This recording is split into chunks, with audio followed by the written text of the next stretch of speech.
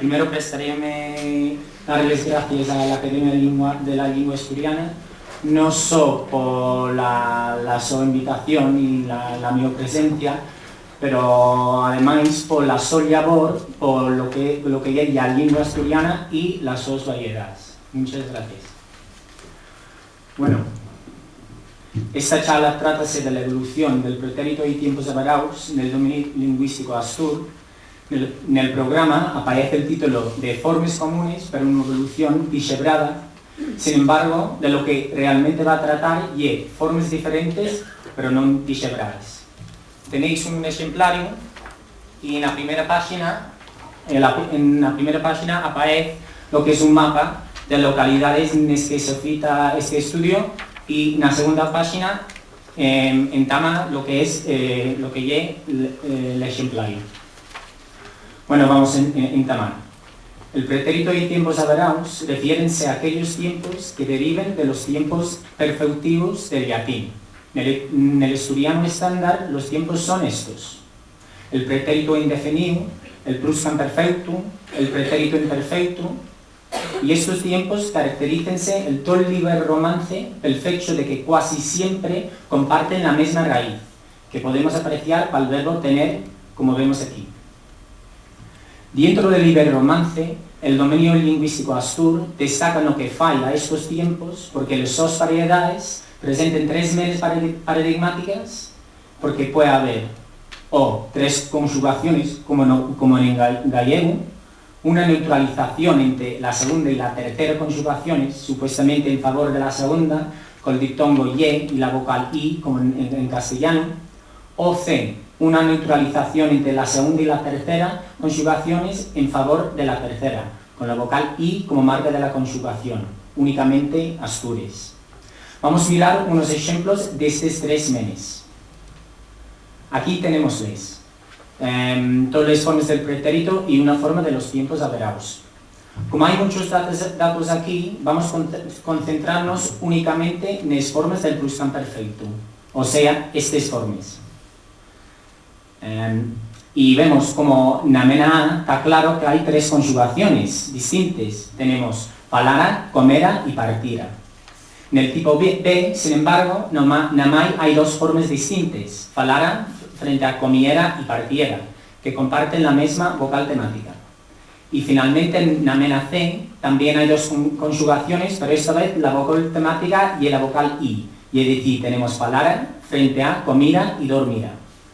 Ahora vamos a mirar la distribución geográfica de estos tres menes. Aquí tenemos un mapa de lo que se considera que son las zonas mayoritariamente pobladas por los Astures, que es el Principado de Asturias, las provincias de León y Zamora y la región de Trás-os-Montes en Portugal, y es decir, el Mirandés. Ahora los paradigmas del pretérito y tiempos avaraus que corresponden a la mena A, y es decir, con las tres conjugaciones bien definidas, son estos, los puntos vermelhos, mientras los de la mena B corresponden a los puntos verdes, y los de la mena C corresponden a los escasos puntos amarillos. Ahora, desde un punto de vista comparativo y panhispánico, las variedades de la mena A, y es decir, las vermellas, parecen coincidir, como ya dije, con las variedades gallegas, mientras las de la mena B, las verdes con las castellanas, así que fago la intruba o facíame la intruba. Y el caso que no que fa estos tiempos, nada más son las escasas variedades de la mena C, las auténticas asturianas.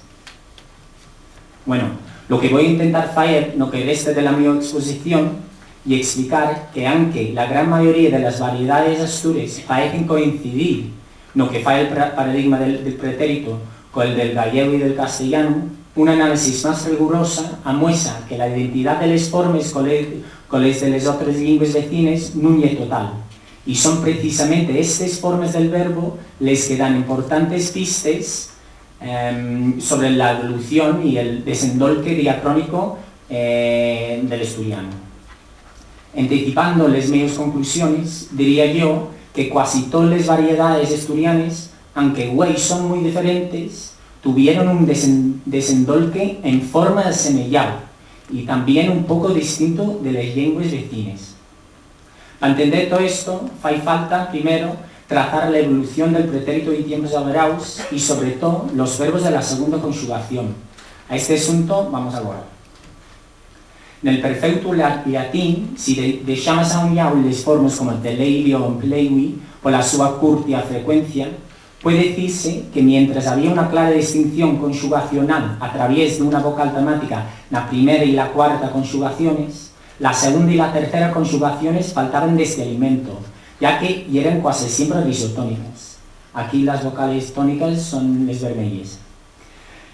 Y la forma perfecta de la segunda y la tercera, muchas veces, como en el caso aquí de ridere, marcábase por medio de una raíz especial.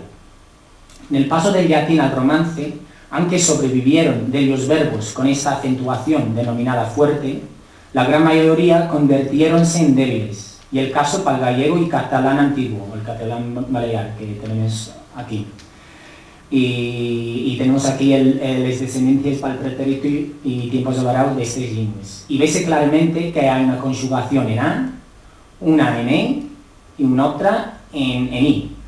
Ahora, la conjugación en I no es, diría yo, etimológica, como las de A y I, pero ya era una innovación del romance.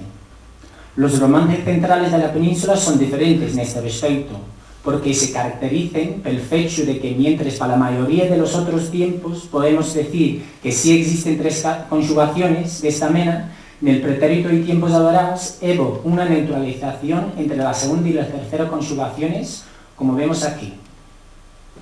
Los manuales, por ejemplo en Penny y en Lausberg, encontraréis que la explicación que se ofrece esta segunda conjugación en estos tiempos para todo el liber romance y a través de la analogía con el verbo dare. En resumen, dice que el perfecto de los verbos de la tercera conjugación latina, que originariamente eran compuestos de dare, como vendere, que vemos aquí, donde también las vocales vermellas son las tónicas, pues estas formas de vendere asemellábanse mucho en su parte final a las formas de perfecto de dare. Sobremanera la segunda persona del singular y plural que eran idénticas, como vemos aquí.